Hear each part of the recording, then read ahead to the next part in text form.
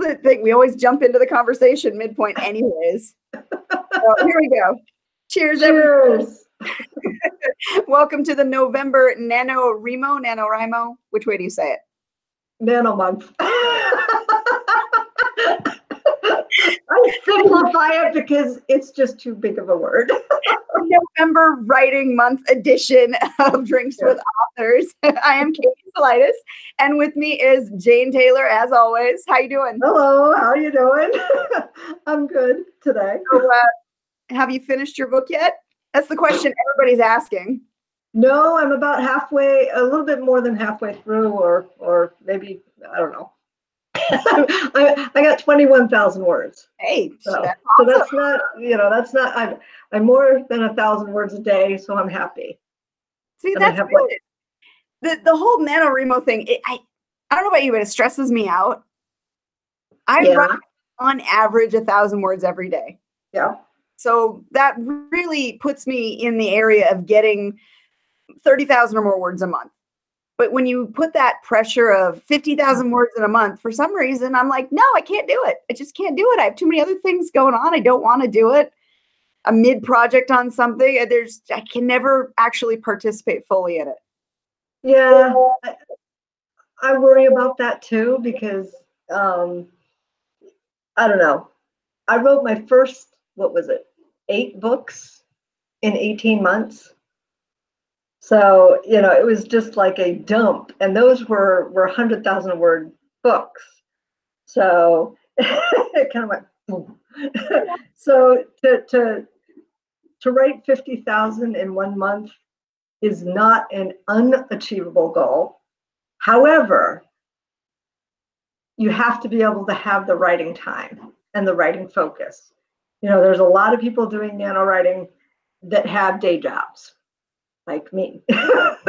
So it makes it much more difficult to get that 50,000 in. And when you get it, it's like, yay, but, is it crap or is it decent writing? Well, I've always said the first draft is supposed to suck. So it's okay if you dump 50,000 crap words onto the manuscript in the month. You got to edit, revise it, and do all that good stuff to it anyways. So that's not the problem. I think for me, it's the stubbornness of, I'm going to write on my own time, damn it. Don't you tell me how many words I have to have. It's not being put in this little box. It's not intentional, but it happens every time I do it. And I write, on average, 3 80,000 word books a year. Yeah. So it's not a bad pace that I write at anyways. And yes, I can do 50,000 in a month. I just, for some reason, don't. Not when you're under the pressure. Not when when you have to, you kind of, when you have a deadline. Because I had an editing deadline. I had to have my book turned in on the 15th, which was yesterday. And as of, we'll say, Monday, I still had 40,000 words worth of revising to do. So I really did work under pressure. It was don't talk to me, don't bother me, I'm not answering emails, kids need to just go watch TV, Netflix is your mom now. Yep. Button chair, heads down, get it done. Sleep, what's that? Oh, I'll sleep when I'm dead. Food? What do you eat? You don't eat food? Yeah. Does McDonald's deliver? Hold on. Yeah. Well, just get those little microwavable things here. Microwave them. Oh, I know. I'm so glad to be done. You know what? I'm gonna have a drink to that because I'm done. I'm done with book 3. Cheers. I'm glad I was able to help because I got this out before my regular date because we switched. The snow is out. And it looks gorgeous. Oh, it does. It's like so pretty. It's like, ooh. Okay, who did that cover? Huh? Who did that cover? Choreographics. Okay. Choreographics did this one. She's done all of my fairy tale ones, fractured fairy tales. She's got all the beautiful women in the very Renaissance dresses. I love her work. Yeah. Oh yeah. I mean, she does very, very good work, and she's, taken things and done head swaps and color swaps, because this outfit on this one was like a navy blue, and I'm like, no, that won't go. Can we make it a light blue? And she made it a light blue and made it look like, you know. Wow. Yeah, that's skills that I just do not have. I know.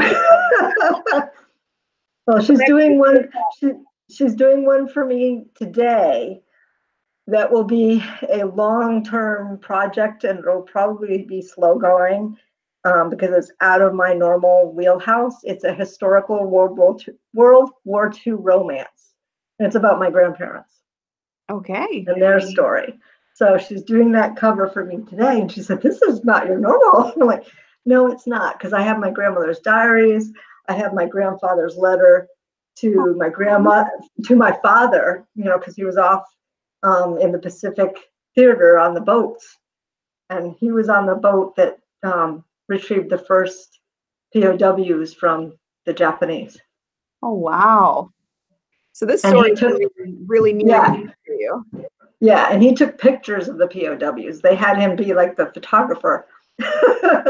So yeah, so I have all of that, and yeah, it's an interesting story, because he was a principal at a high school, so he was in his late 20s, early 30s. So it wasn't like, he was 18 and going. And he had two kids, and he enlisted as Wow. an officer, because he had the college degrees.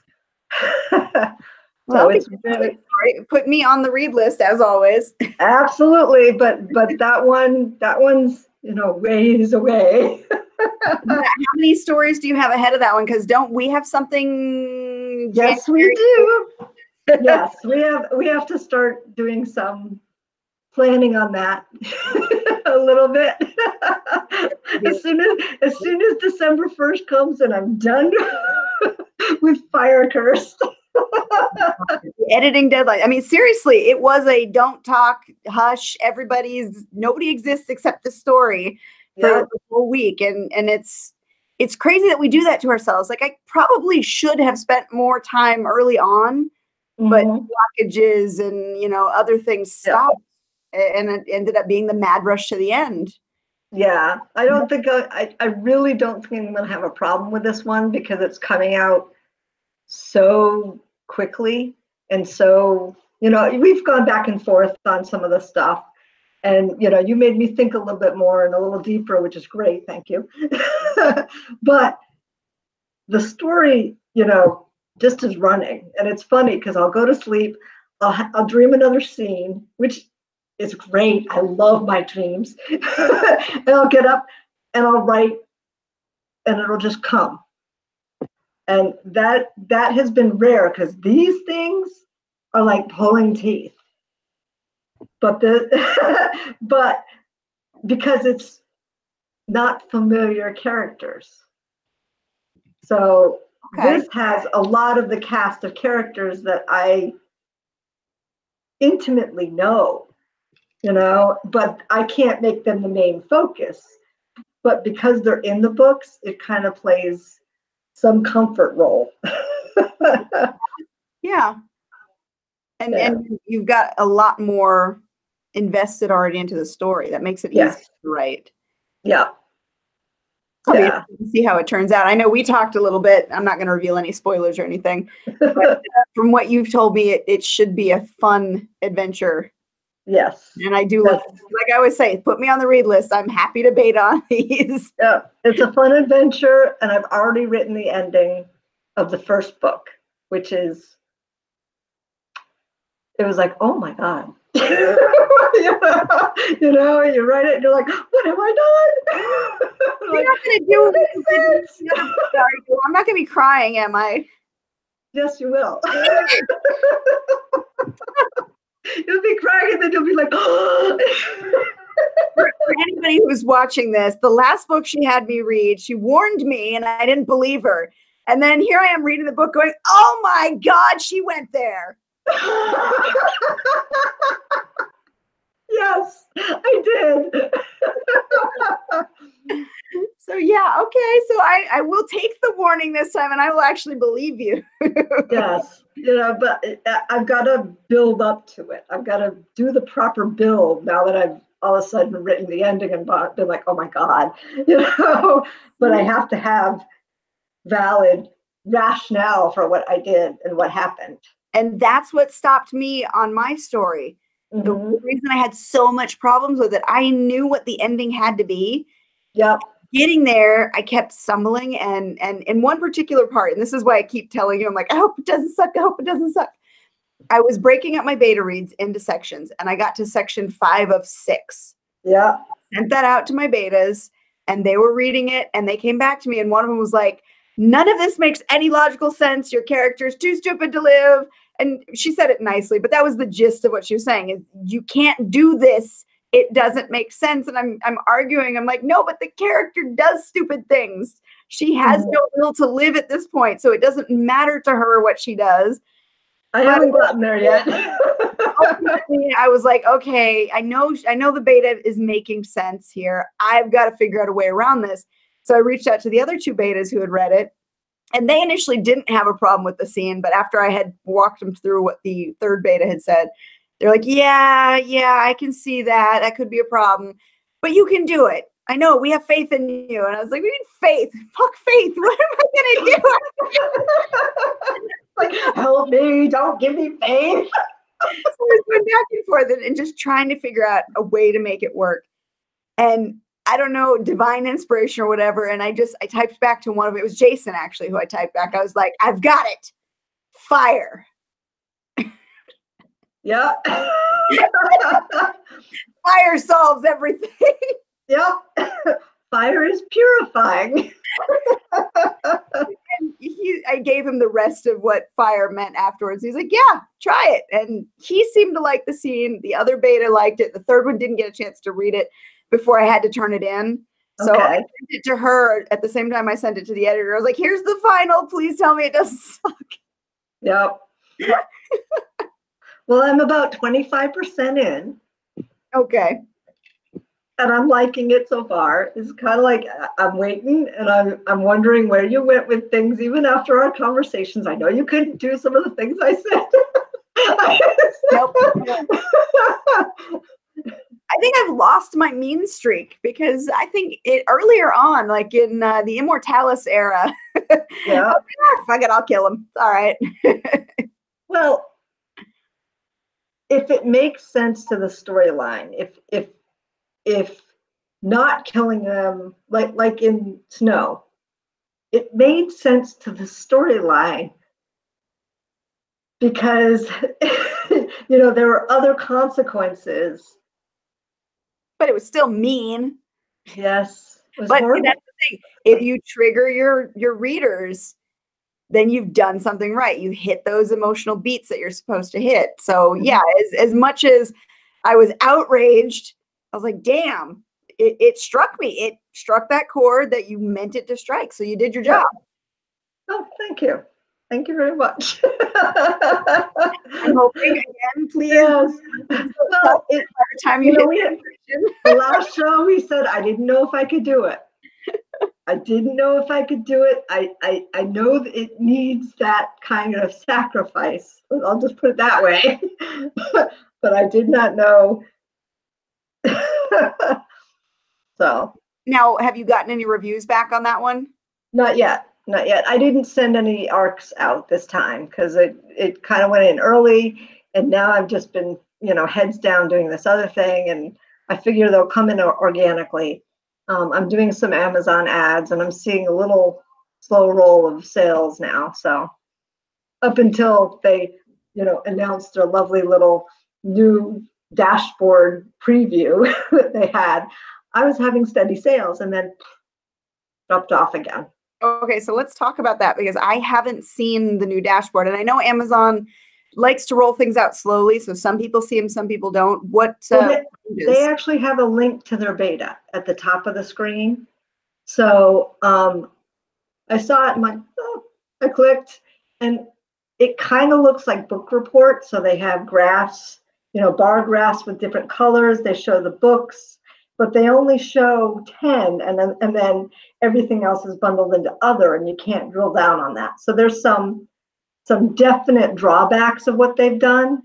It doesn't show the money. You can't download the report. So I did the beta, and then I did feedback, because anytime you do, look at something, you got to give them the feedback. I said, I liked the color coding. I liked that they showed the books on the same page as the graph, because now you have to go into the second page. I said, but I don't like the fact that you bundle everything under other and there's no way to drill down.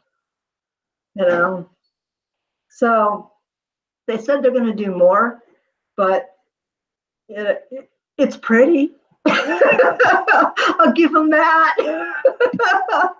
But yeah, Amazon can make, but can Amazon make it functional?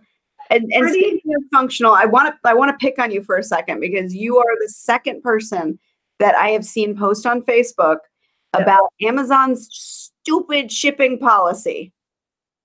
Which one? The way they ship out author copies. Oh my God. The person that I talked to said that they had ordered 10 copies of their book and got 10 individual shipments. Yeah, I got these 2 today. This was part of the shipment. I got 2 of these and 1 of this, and I ordered 3 and 3, and then I have like 9 others. Some of them are going into a gift basket, which I have one of your books that's going in. That's for something in March. It's the Pink Party in Rhode Island. I'm doing a huge gift basket that they're going to raffle off, so that the proceeds go to the cancer research that they're doing. Oh, cool. So, yes, dissensions in there. So that paper book copy that was bought last month or the beginning was me. Oh, did it look okay? Because I was a bad girl. I did not reorder my own copies after I did the shift from CreateSpace to KDP. And I know a lot of people have said there's been problems with the way they look printed afterwards. I haven't looked yet. Yeah, no, I haven't bought the books. A lot of the things that I'm ordering are either for the basket or because I want the most recent cover. So at some point, I'm going to be doing auctions or gifting the old copies that I have, because I have a ton of old copies with old covers, the special edition basically that people will get. Oh yes, that's what they call it, a special edition. Yep. I sell guys price when I go, because I'm like, look, the cover doesn't match any longer. It's a pretty cover, but it doesn't match. So you get half off if you buy it today. That way I cover my printing and shipping costs. Well, one of my books, Amazon has priced at $288 for the printed copy. What? Or $290. So the ebook is $288. And they said they had the right to do discounts. I'm like, when will this end? Because, and they said, well, you'll get your royalty. I said, will I get my royalty for the 1999 book or the $290 book? Because it makes a big difference. $298 won't even cover the printing costs. No, and I wrote back. And this time when I wrote back, I copied Jeff Bezos, because I'm like, I said, thank you for unlinking some mass market paperback copies that people are selling on the second market of mine from my regular books. I said, I don't want those linked. Thank you for unlinking an old audio book to an old copy, or to my new copy, and putting it back on the old copy. And I said, and about this discounting, I said, I don't quite get it. You have now listed the book at lower than printing price. And you have also told me that I will get royalties for my list price or my retail price that I input. How does that work? I'm like, and you've also lowered my ebook because now the printing price was lower than my ebook price. And you're saying I'm going to get the royalties for that. I'm like, for the $3.99 book or for the $2.80 book? So it's just like, and I said, please let me know when this is going to end, because if it's just a sale for November, or something, I can deal with that. But they never told me. They said, we don't have to tell you. We're the, like, more and more, I keep thinking, as frustrating as it is to work with Lightning or Ingram, Amazon really just doesn't want to be nice to the authors. They're kind of bullying them into submission with what, you have to work with us or else, but they don't ever deliver on our end of it. We just have to do what they choose. I mean, if they're selling it for $2.90 and paying me for my retail price that I put in, I'll be happy. Be doing that though. That's the thing. There's no way that they're doing that because they're losing money. Right. I agree with that, but I'm like, if they want to do that, that's their prerogative. But some idiot did it, and Jeff Bezos needs to know because this is not right from a business standpoint. Oh, it's scary. It's scary figuring out where you should be putting your books at. I have right now half my books are through KDP, and the other half are through Lightning or Ingram. I'm calling it Lightning. I used to use Lightning Source. Yeah. Now it's Ingram Spark.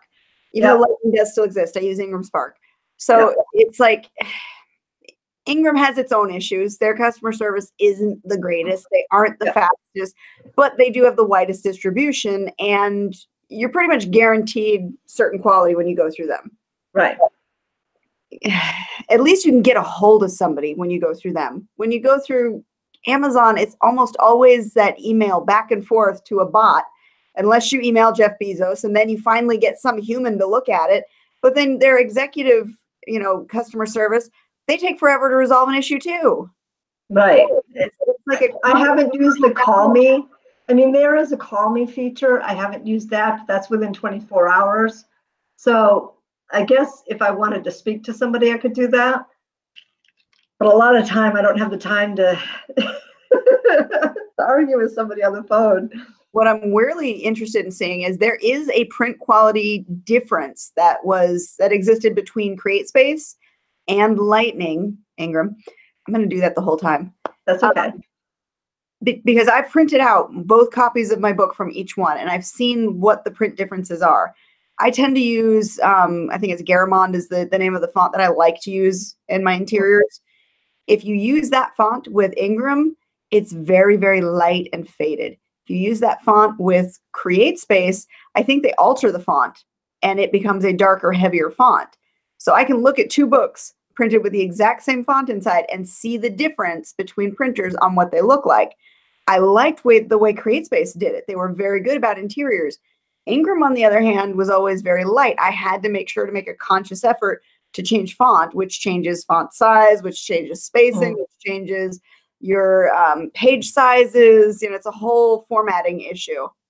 Right. I write in Bookman old style on both ebook and print because I've gotten so I really like it. I like it much better than any of the other ones.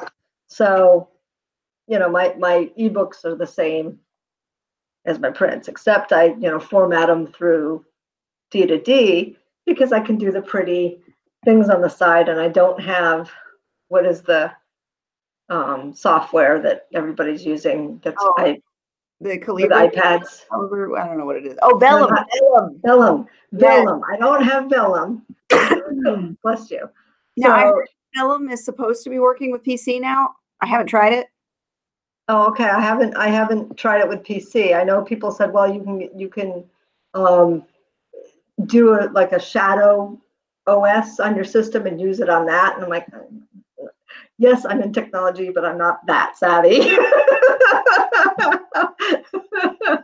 I'm like, I don't really want to figure that out. I want something that'll work on my PC. I believe they were, last I'd heard it was beta, but they were still letting people into it. But there's supposed to be a PC version of Vellum available now, which might be worthwhile getting. Right. They said there is a learning curve to get to it, especially if you're used to writing in Word, which that's all I use. And I'm pretty good at it because I use it at work. I know the ins and outs and, some of the nuances, and I have no issues with it at all for formatting. No. So, Vellum might be a pretty solution just because I can do pretty things, but A long time ago, I found a program called Book Design Wizard. And what it does is it's basically VBA script that is added to Word to set certain parameters, which makes your life easier. So for instance, one of the parameters it sets is your chapter heading always starts on a right side page. Yep. So it sets it up so that when you hit a new chapter and you're inputting it, it will always happen on the right page.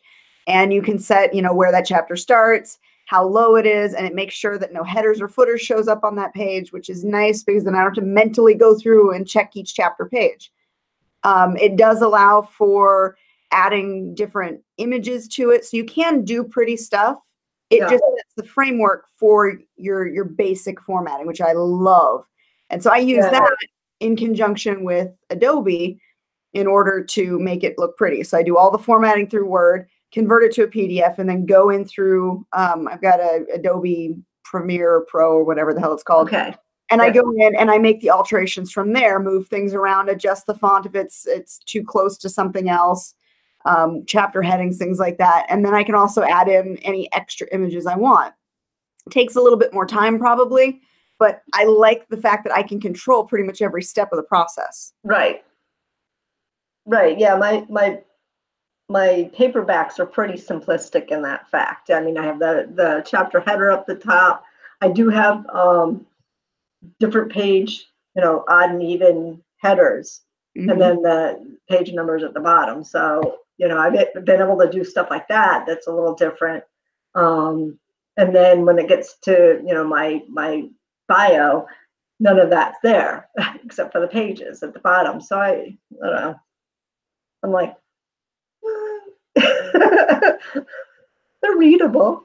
If you look at it, though, we're supposed to be making books that compete with other books that are on the shelf. Yep.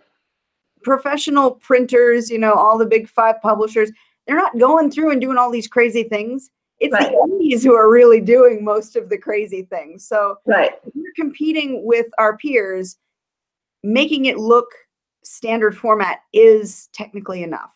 You don't have to make it look extra. You can if you have the ability to do it, sure, but it's not a requirement, and it's not to make you any better next to another book on the shelf. It's the contents inside. Well, that's what I think as well. And I like my little D2D ebooks, and I publish the Mobi through there with my Amazon copy, and then I have to go back and put my non-Amazon copy in there because no links can be in there. But I publish it to a Mobi, and then I publish that right to Amazon instead of my Word document, because my Word documents, sometimes they get funky with that. So I do that, and the Mobi and the PDF, for the paperback seem to load fine, except lately the PDFs are taking forever. I'm deciding what I'm going to do when it comes to the new book. I may go straight to Ingram with the new book, and I'll still do KDP, obviously, for the ebook. Right. I will definitely do D2D because I use them for wide distribution. I also use Publish Drive to get into Google Play. Yeah. But I think for print books from now on, I'll probably just go straight through Ingram because I know the distribution is there. And granted, I have to change what fonts I like to use because they do have that lighter print font for some reason.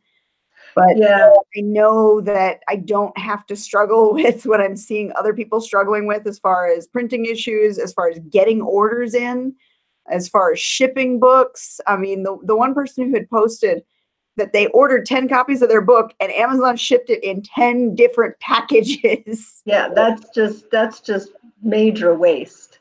Well, the rest of the books were supposed to be delivered today, and I looked at the thing. They said it's going to be delayed. It'll either be here anywhere between tomorrow and the 21st. Now, I ordered them on the 4th. And I'm like, okay. And I looked at the thing, and it was at the shipping at the Amazon place in Wallingford, Connecticut, which is like an hour from here. It went out on their whatever at 1 o'clock. At 2 o'clock, there was a delay. Like, big WTF. I'm like, okay. And then they tell me, call on Thursday if it's not there. I'm like, Thursday's a freaking holiday, you idiots.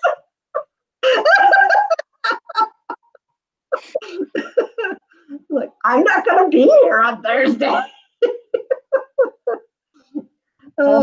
Speaking of, how did Thanksgiving sneak up on us so fast? I don't know. I have no idea. It's been such a wild year. And tomorrow, behind me, we're going to put up the tree because my husband's going to be gone next week.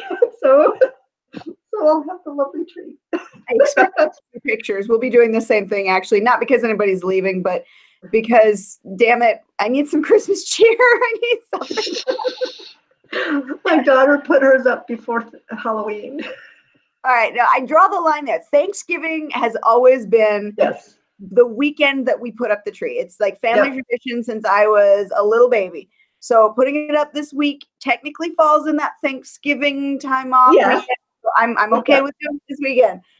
But no, not before Halloween. I know. You gotta draw the line somewhere. I love my daughter, but she's a Christmas freak. Where they've got Santa holding up the turkey going, you wait your turn. Nope. Turkey holding up Santa. Yeah, I know what you're talking about. It's everywhere. I mean, all the stores have their Christmas stuff out. The Ethel M Chocolate Factory by us already have their lights up for the Cactus Garden, which is a family favorite. We love going there and looking up all the lights out there and getting the hot cocoa and all that. I think Town Square already has their Santa house built and is going to be ready for, kids to come visit Santa. They do an awesome Santa, by the way. Theirs is a really good Santa, but we actually go to Bass Pro Shop to get our free picture with Santa. Do that one, and then we go to Town Square and we take pictures around Santa's house. Okay. Usually where we get our family pictures from. Yeah, this year I'm actually ahead of the game. I actually have all my Christmas cards. They're all now addressed. I just have to put stamps on them. Last year, I think I sent them out the second week in December, which was unheard of for me. Absolutely, because I usually get them out the day after Thanksgiving. Like clockwork, mine was always the first one. And last year, like, yeah, 2017 was, the fall of 2017 was kind of rough. More so for my son, but it still had its toll on us. And I was like, oh my God, I have to do that. You're making me feel lazy. I did not even get my Christmas cards out last year. Well, Jason, my publishing partner, goes, you send physical cards still? I'm like, yeah, I do. People still like them. I'll tell you, as bad as I am about Christmas cards, we always put the cards up on the mantle. That's another tradition. Anytime you got a card, it went up, and it was beautiful to see all the cute cards that people would send. And normally I'm good about sending them. And I have Christmas cards already that I just need to actually sit down and write and address. I just haven't done it.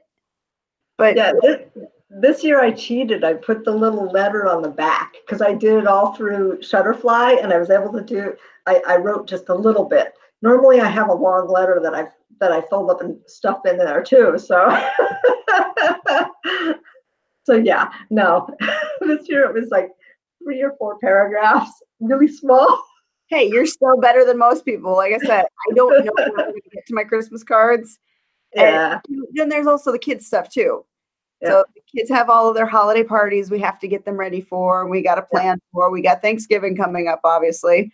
Then there's all the teacher gifts.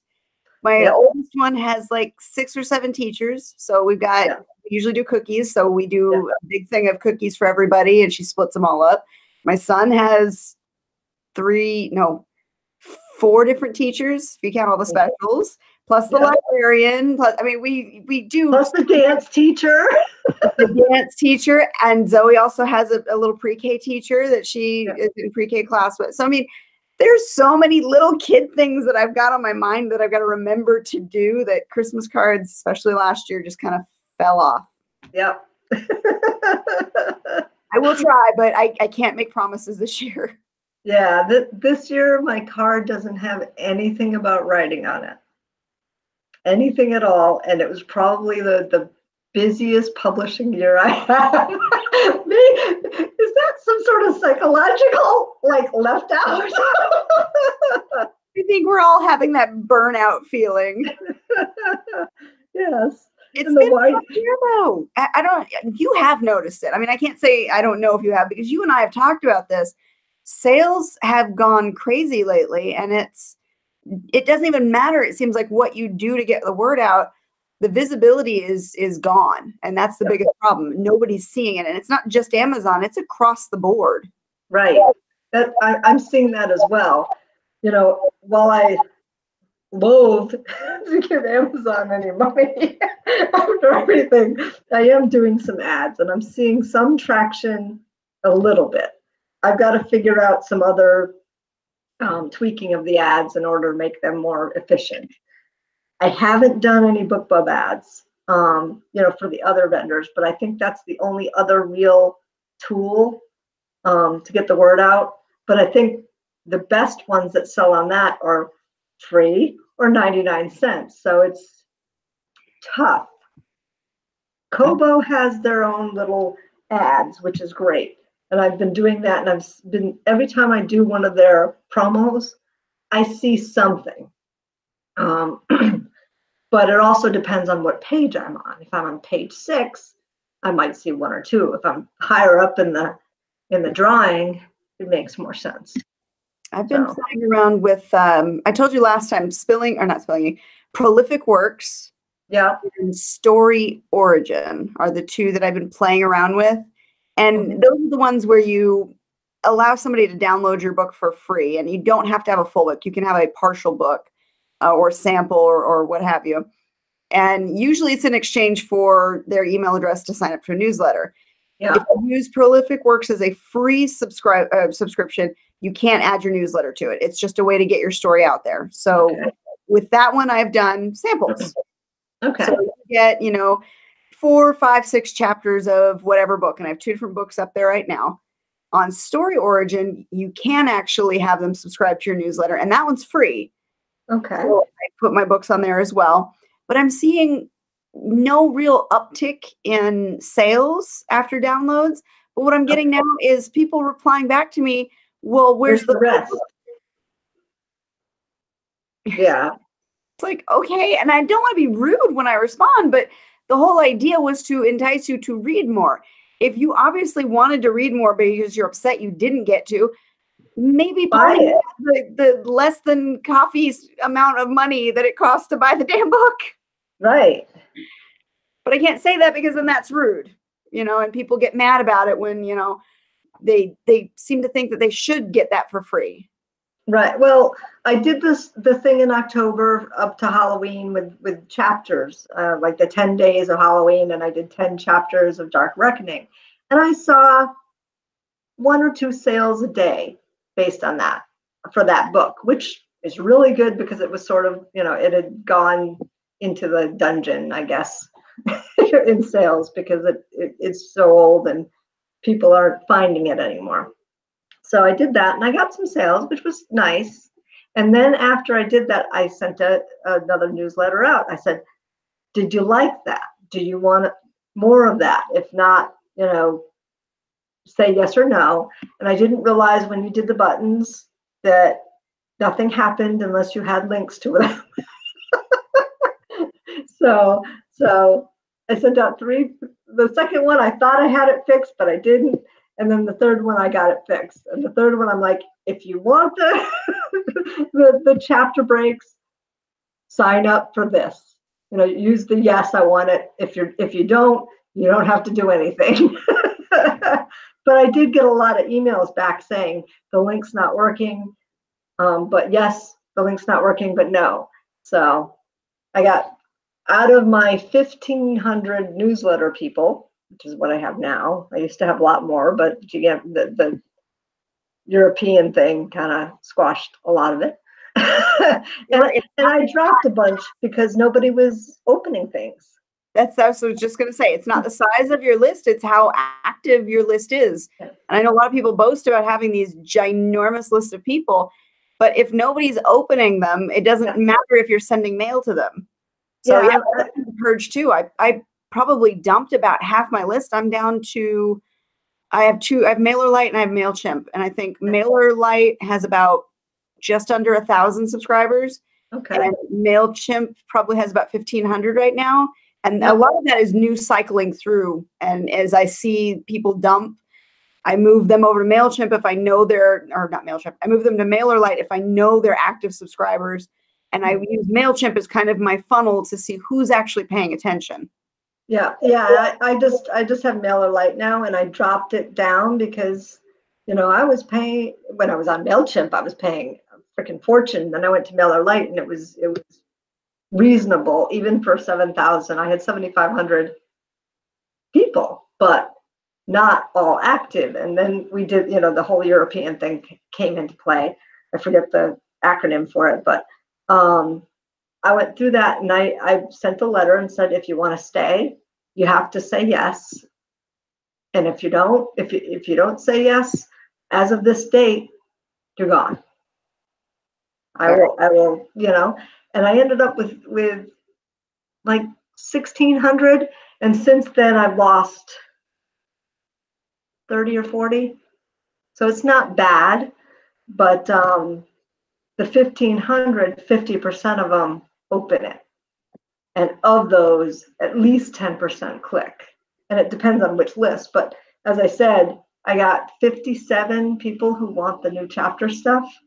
So I'll go and I have this little list now that I'll go do the chapter things. And periodically I'll go back to the main list and say, if you want to sign up for chapter previews, sign up to this list. So at least it's a good thing. But I noticed my street team, I've got like 300 members. They're not active. I have like 6 or 7 active people. And I'm like, okay.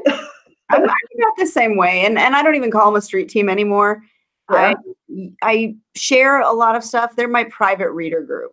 Is what I'm calling them, because I will share teasers for chapters that are unedited that don't even go up on my blog. Okay. So if you're in that group, you get to see stuff that doesn't go anywhere else. I don't share it. It's not shareable. So when you're in that group, you can't click the share button. Okay. That way I can treat them to something that they're not going to get anywhere else. And hopefully that makes them want to be more involved in it. And it's, it's always hit or miss with what you do. And I know a lot of it has to do with the Amazon algorithms too. If it's not a hugely active group, sometimes it doesn't get the face time it needs. So I'm just plugging away at it. Like you, I'll post things in there. I'll ask people to share stuff if they can. I'll give them links to share rather than stuff that they can just click and share from the group. But it's not nearly as active as I wish it would be. Right.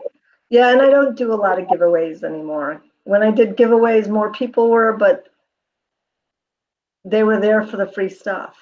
Yeah. And that's the problem I'm getting too with these emails I've been getting back lately since working with Prolific Works and Story Origins. And it's kind of, it makes me angry, and I don't want to respond when I'm angry. But you've obviously liked the story you got so far. You read it to the point where it says to continue by the book, because that's where it ends at the sample. Right. So why are you emailing me? You know what my answer is going to be. If you liked it, buy the book. It's less than a cup of coffee. Exactly. Exactly. Yeah, it's a tough market right now. And I think the saturation of free books, which I did for a while, may have set expectations. I wholeheartedly believe that it sets expectations. And I think we as a group have to start pulling back from that. We have to retrain readers that this is an art form, just like any other art form, that you do need to patronize that artist, whether that be buy their book in ebook form for, under $5, or, you subscribe to their Patreon and you help support them that way, or you buy their book in print. You have to actually purchase the art that you want to have. Right. Exactly. Exactly. You have to pay bills too. It's And I'm going to get an editing bill here in a week, and I'm going to wonder how the hell I'm going to pay it. So I'm dreading that one. yeah, it's not as bad as you might think. No, her rates are very reasonable. So Yes. I know kind of what the costs are going to be. And that's why I was really glad I picked up this commission I did when I did. Yes. That will pay for my editing. Good. That means I need to get on the ball and get working on it. So again, for the next week, it'll be shut up, don't talk to me, I have work to do.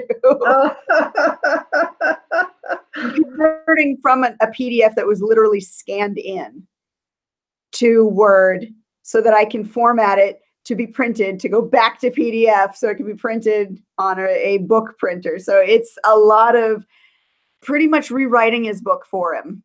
Yeah. And it's a good 60,000 words. So it's going to take me at least a week to fully get through and get all the words in. And then it'll take me another probably 2 to 3 days to get all the formatting done and laid out. And then I'm also supposed to be helping him with cover art. So there'll be, it's going to be a lengthy process, but it's a good commission. It's one I've needed. So it'll pay for my editing. Good, good. So what's next for you outside of that? Outside of that, we have a project that's coming up. So I'm not going to book anything else until we start talking about that so that I can actually give it some time, because we have to brainstorm and figure out what we're doing with it, what characters that we can come up with, and see age. At least we have a title. And a really kick-ass cover. Yes, we do. We'll be able to show that one off. That'll be cool. Yeah, and I have 2 other covers commissioned for February, I think. So we've got to figure out the titles for the next 2 books. We are doing a trilogy, right? I suck in titles. I'm good at spitballing other stuff, but titles are the beginning of my existence. Do you know how long it took me to come up with the titles for this last book series? Well, a good thing that I've done a couple times is I've got the Word. It pulls all the keywords from Amazon for the different genres, and I pull it and I'll look at them and I'll try to blend them that way as well. Like the word cloud thing, right? Yep, the word cloud. But it also shows it in a list. So I think it's KDP Spy I got. Oh, you know what? That stopped working on my computer. I need to figure out if I missed an update. Yeah, or Kindle Spy. Yeah, I'm looking at the little hat guy.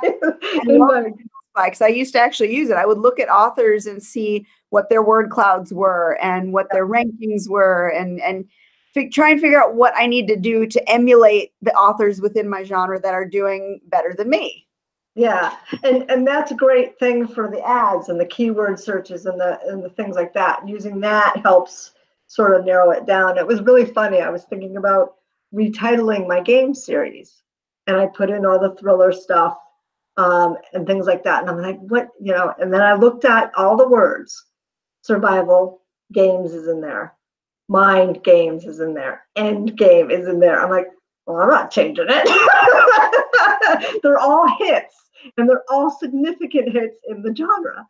Have you tried KDP Rocket? No. Oh, you got to look at that one. I bought that one, and I've actually gotten a few other people to look into the buying it for it's $99, I think, for a lifetime subscription to it. Okay. And it constantly updates, which is great. But it not only helps you pick out AMS keywords for when you do Amazon ads, but it also helps you figure out keywords for when you're putting in your 7, when you're doing, you're uploading your book. Oh, it will show you the Google searches, the Amazon searches, the ranking, how many people are in that category. It really lays it all out for you and helps you kind of figure out other words around it too, in a very easy to read visual format, which I love. And you can kind of go crazy with the searches and find things that are both being highly searched on Google as well as Kindle to use for keywords, which is a great way great strategy to use, especially if you do go wide and your book isn't just in KDP, but it's also using like D2D for Nook, for Kobo, for all the other ones, you can make your keywords kind of work for all of them. Oh, nice. Definitely worth looking into, and it's not that expensive when you consider it's $100 for a lifetime membership. Right. I'm wondering if I have that somewhere. I might actually have that. I'm like, that sounds familiar. I might have that somewhere out here. It's great because you can do keywords, category searches. You can look at authors, see what other books they have, and really kind of disassemble the way they've inputted their books and see what works for them so that you can emulate it, which is kind of what we all need to do anyways. Cool. Cool. So definitely looking into. I was going to say something and it went.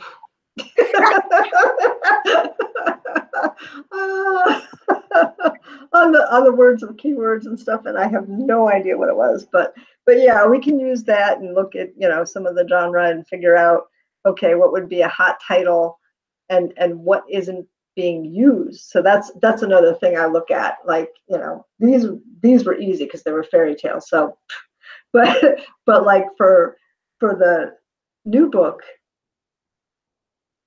I was like, oh my God, what am I going to do? The title. And sometimes I like what the current cover artist that I use now, like what title she puts on her work. And I'm like, oh, maybe I need to change that. But this one, I have the title, all this, just from the visual. I'm like, ooh. And she did have fire in it. And I was like, ooh. So. I suck at titles though. That's like the worst thing. I think I overthink it is my problem. Because with the asset series, they all had to be idioms and I had to change one word to magic. Yeah. So I was trying to come up with, different idioms that would be easy enough to recognize, but that also worked with magic. And that's why my titles grew to ridiculous size. I went from book series that only had like maybe 1 or 2 word titles to like a giant title. I hate searching for it. Yeah. Well, some of the courses that I've taken from not from Margie, but from Rebecca Hamilton, some of those, the publish for profit and things like that she has, they go into how do you figure out a title and stuff like that. So I go back to some of those notes and go, okay, well, let's see, and a lot of it, she says, is keywords, use keywords and try to figure out pairings that make sense, that that cover the genre and all of that. So and that's why book 3 is magic in disguise. Simple, to the point, and very keyword easy to use. Yes. Well, I like your covers. I like your books. A weapon of magical destruction and a taste of your own magic. They get really tedious to type in. Oh, I'm sure. They're very topical for the book. They really nail the theme of the book, but it's really hard to type all of those in. Yeah, I try for one or two words. I don't like longer titles, but my longest titles I think is like Silencing of the Siren. I think that's my longest. And that's still not that long. No. So it's I don't know. You can tell me if my titles suck. Well, I mean, look at Snow. That's a right. Well, all of those are one word. If you look at it, brave, tangled, frozen, snow, cinder, red, and then the 3 that I need to write. Oh, yeah. When are those coming out? When are you going to finish those for us? At some point next year. Right now I have 6 out, and I need Spindle, Belle, and Robin. Oh, Spindle. I like that. Yep. A good one. Yep. So Spindle, Belle, and Robin are on the table. Robin Hood. Oh. Female. Female Robin Hood. Were you going to go the Maid Marian or? Oh, no. I'm changing the whole story. Right. I look forward to it. But she's another Archer, and I did have a different cover artist do that. I bought a pre-made because I saw it and I'm like, that's perfect for the series. Oh, you gotta show it to me. You gotta send it. At least let me have a peek at it. I'll let you have a peek at it. I did get the she'd used the same typography. So but Cool. yeah.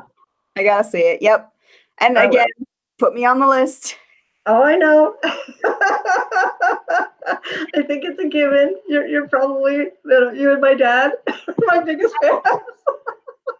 Because most of your reads too, it's really good. I can usually sit down in like one evening, and I don't want to put them down. They're good, fast reads, and I can read that in one sitting and feel happy afterwards, except for the last one. Yeah. Well, it was happy. It was a happy ending, but out. Yes. Yes. I did redeem myself a little bit. I couldn't believe it. I hit that part. And I was like, she did it. Oh my God. Yeah, well, wait till I write my zombie books. Zombie books, I have to draw the line at. Zombies scare me. I know. I'm a great big chicken when it comes to zombies. Yeah, that's 2020. Next year I've got to finish these. We've got our thing, and I'm starting my my Legend of the Valkyrie series, which is going to be deeper fantasy stuff. Okay. So, and I want to do some of the little books that I have in between. I've got so many covers. I have 22 covers. You have a problem. You really do. I do. I'm like, if I'm writing something I really enjoy, I won't be looking at it. Mm-hmm. That was the principle. And I don't even know what I'm writing after this. That's always the fear. After I finish a book, there's always that moment or two of fear where I have no clue what I'm writing next. And I couldn't tell you if I'm going to continue with the Asset series. It'll depend on if readers want me to continue with it, or if I might go back and revisit an old series that readers have said they might like a secondary story from. Mm-hmm. I don't know. I really, at this point, I'm kind of sitting in limbo, and I'm kind of glad that I've got that future project with you, because there's something I can look forward to. But as far as my own writing goes, I'm kind of just, I don't know. You're in the writing blues moment right now. I get that completely. It's like especially with a series. With these, it's a little easier, but when you have a series with characters and you finish a book, it's almost like a mourning period, because you're somehow letting go and trying to move on. Yep. Now I will say no spoilers. I always leave my books with a thread or two open so that I can come back to them if need be. So while the third book in this trilogy does tie up a lot of those threads, there is the few dangling ones that I can pick up if readers want it. Now, if readers don't really latch onto the series and don't want any more, a trilogy is a great place to end. Mm-hmm. Right, exactly. That's kind of where I'm at, is I hit the trilogy and I'm in that, like you said, that mourning phase where I don't know if I'm going to be continuing this. It'll be up to the readers. And if I'm not continuing it, what do I do? Right. Yeah, this book that I picked up and ran with, because the idea just came like a brick in my head. I'm serious. It was like bam.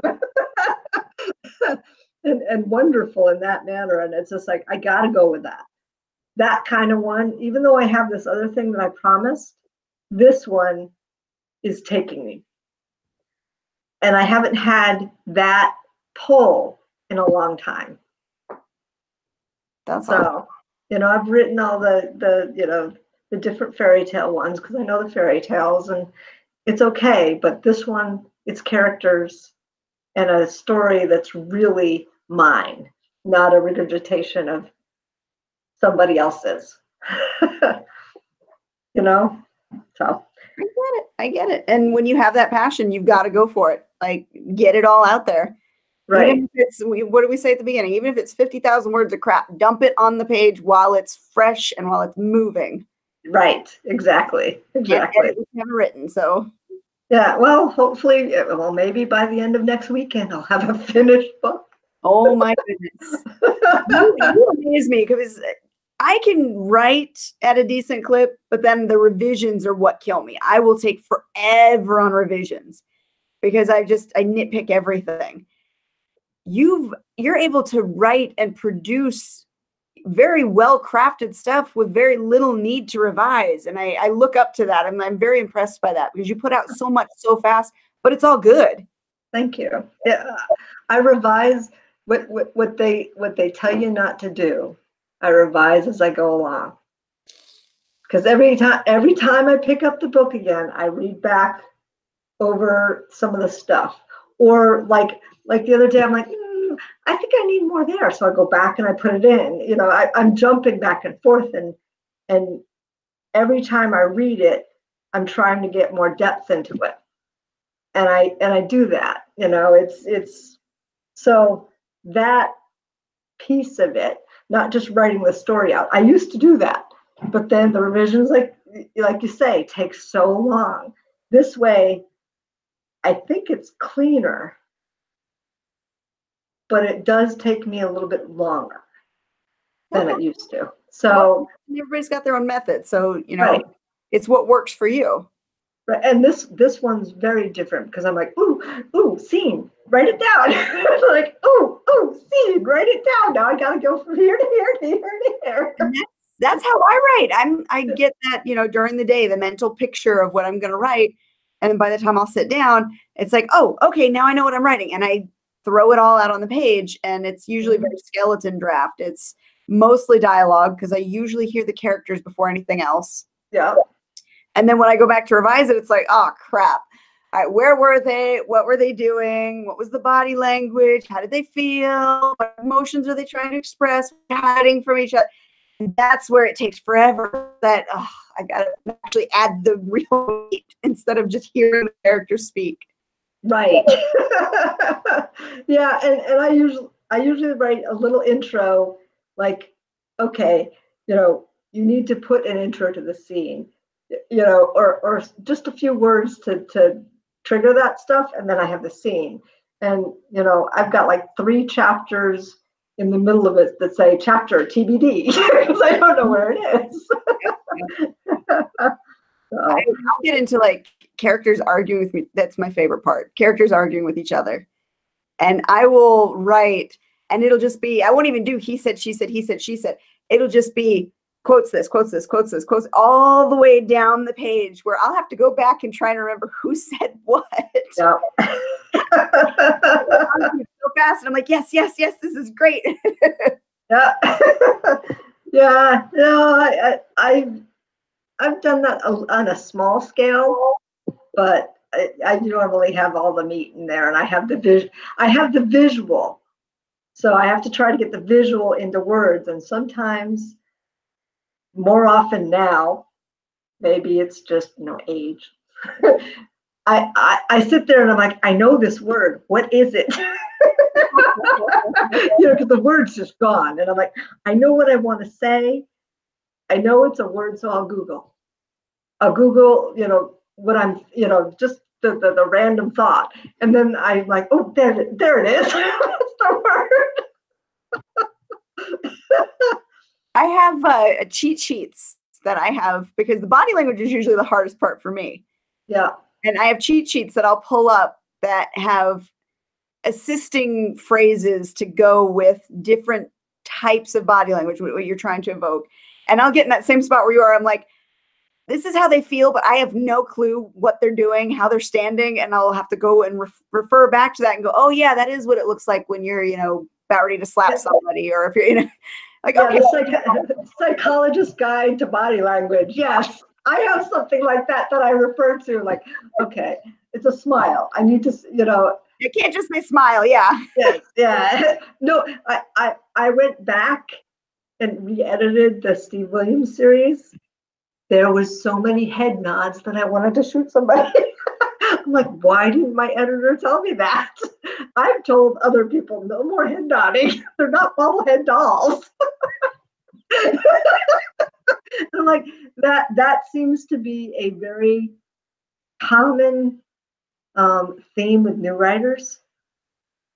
Because we're sitting here nodding at each other. Yeah, head nodding, like head shaking. Like, no. Be more creative, be more original. Stop it. They're not bobblehead dolls. I've told somebody that. But on the contrary, you have to think of how natural conversation works. A lot of times people aren't getting up and moving around while they're having conversations. A lot of times they are just simply sitting there and nodding their head. Right. Sometimes it's appropriate. Yeah. Sometimes it's appropriate, but sometimes too much of it, it's like, it takes you out of the story. And that's what I used to be afraid of. I used to feel like, well, you have to have a description for everything that's going on or some kind of beat. No, you don't. Sometimes you can have running dialogue, and that's okay. If the dialogue is supposed to be read at a certain speed, showing it without all the extra fluff in there actually works to your advantage, because you're making your reader read it at the speed that they're saying it. Right. And it helps for the flow and the feel of what's going on in the scene. Yes. Careful balancing between what you're doing, what you're trying to show, and letting the reader fill in the blanks too, because you can't always give all the details. The reader has to fill in some of those blanks to connect truly with the story. Yeah, and sometimes fresh writing is tough. Not relying on those old syntax and old sayings and making it your own is sometimes like, oh, can't I just use what everybody else uses? and then the little devil goes, no. That's when you turn into Shakespeare and you make up all kinds of fun words to use. Yes. I'm very good at that. I throw in fun words when I feel like it, just because I don't have the right word that evokes this. Yes, exactly. Nicknames for characters. I did save Feisty McDouchebag as one of the character little quirks. That there were little names that she calls somebody because she doesn't have an actual name. I like that. It was funny. I had to use it, and I kept it. I have to figure out somewhere to put the gravy maker, because somebody was kidding about Darren he's not going to be there to make the gravy, and he says, "Ooh, gravy maker. That's a good anti-hero name." I'm like, okay. So I have to find a way to slide that in just for him. There you go. Well, speaking of writing, I think it's time for us to both get back to it. I know I have some work to do, and you have some writing to do. Yes.